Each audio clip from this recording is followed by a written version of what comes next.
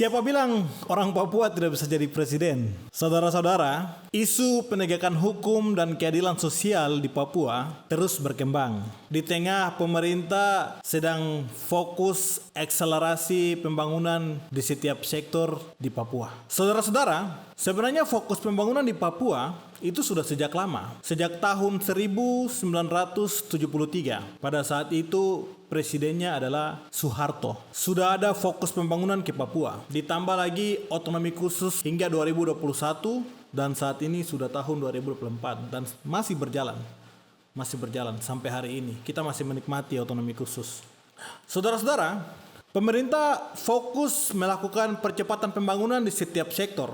Sektor ekonomi, sektor pendidikan, infrastruktur, dan kesehatan. Pemerintah tetap fokus membangun Papua. Sedang berjalan, semua sedang berjalan. Kita sedang menikmati. Khusus untuk pendidikan, sebagian generasi Papua sudah mulai bangkit.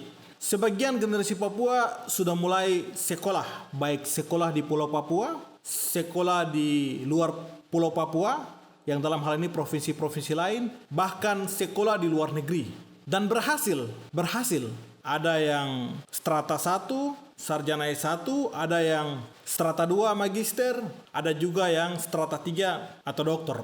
Bahkan ada yang profesor. Baru-baru ini muncul profesor baru asal Papua. Orang asli Papua. Ada yang perempuan dan juga ada yang laki-laki. Saudara-saudara, generasi Papua sudah mulai bangkit. Generasi Papua sudah mulai berkembang. Generasi Papua sudah mulai bersaing dengan perkembangan dunia. Menurut saya, orang Papua bisa menjadi apa saja. Orang Papua bisa menjadi presiden, orang Papua bisa menjadi pengusaha, orang Papua bisa mendirikan perusahaan-perusahaan besar. Orang Papua mampu untuk bersaing di sektor manapun. Karena banyak orang yang menilai bahwa IQ generasi Papua itu di atas rata-rata. Artinya orang Papua itu pintar-pintar dan hebat-hebat. Banyak isu mengenai penegakan hukum dan keadilan sosial di Papua menjadi perpecahan di Papua. Menjadi perbedaan ideologi di Papua. Ada kelompok dengan ideologi tertentu, ada juga kelompok dengan ideologi tertentu. Ada kelompok dengan ideologi Papua harus merdeka, ada kelompok dengan ideologi Papua harus tetap NKRI. Untuk mengatasi persoalan ini, saya kira negara juga tidak tutup mata. Negara tentu pasti akan buka mata. Akan tetapi, menurut kami, pendekatan yang dilakukan oleh negara adalah pendekatan secara militeristik. Pendekatan menggunakan kekuatan militer. Saudara-saudara, ini sangat mempengaruhi psikologis orang Papua secara menyeluruh. Sehingga untuk mengatasi perbedaan ideologi ini masih tergolong rumit. Jadi, baiknya negara melakukan pendekatan-pendekatan dengan kelompok-kelompok, baik itu kelompok mahasiswa, kelompok masyarakat yang berbeda ideologi, dengan cara dialog. Dialog bersama, duduk bersama, satukan pikiran, satukan hati, apa yang diinginkan, apa yang dibutuhkan, apa yang harus diselesaikan di Papua, kita mencari solusi bersama-sama. Tidak harus dengan pendekatan militer. Tidak harus dengan mengirimkan setiap tahunnya itu ribuan militer ke Papua. Kita tahu bahwa di Papua itu ada objek vital nasional. Akan tetapi, manusia Papua juga membutuhkan keadilan sosial bagi seluruh rakyat Indonesia.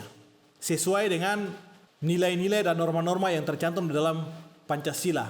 Jadi pesan saya untuk seluruh generasi Papua, tetap menjadi diri sendiri, tetap optimis untuk maju dan berkembang, tetap fokus untuk Papua, tetap fokus untuk membangun Papua, tanah kita tercinta, surga kita.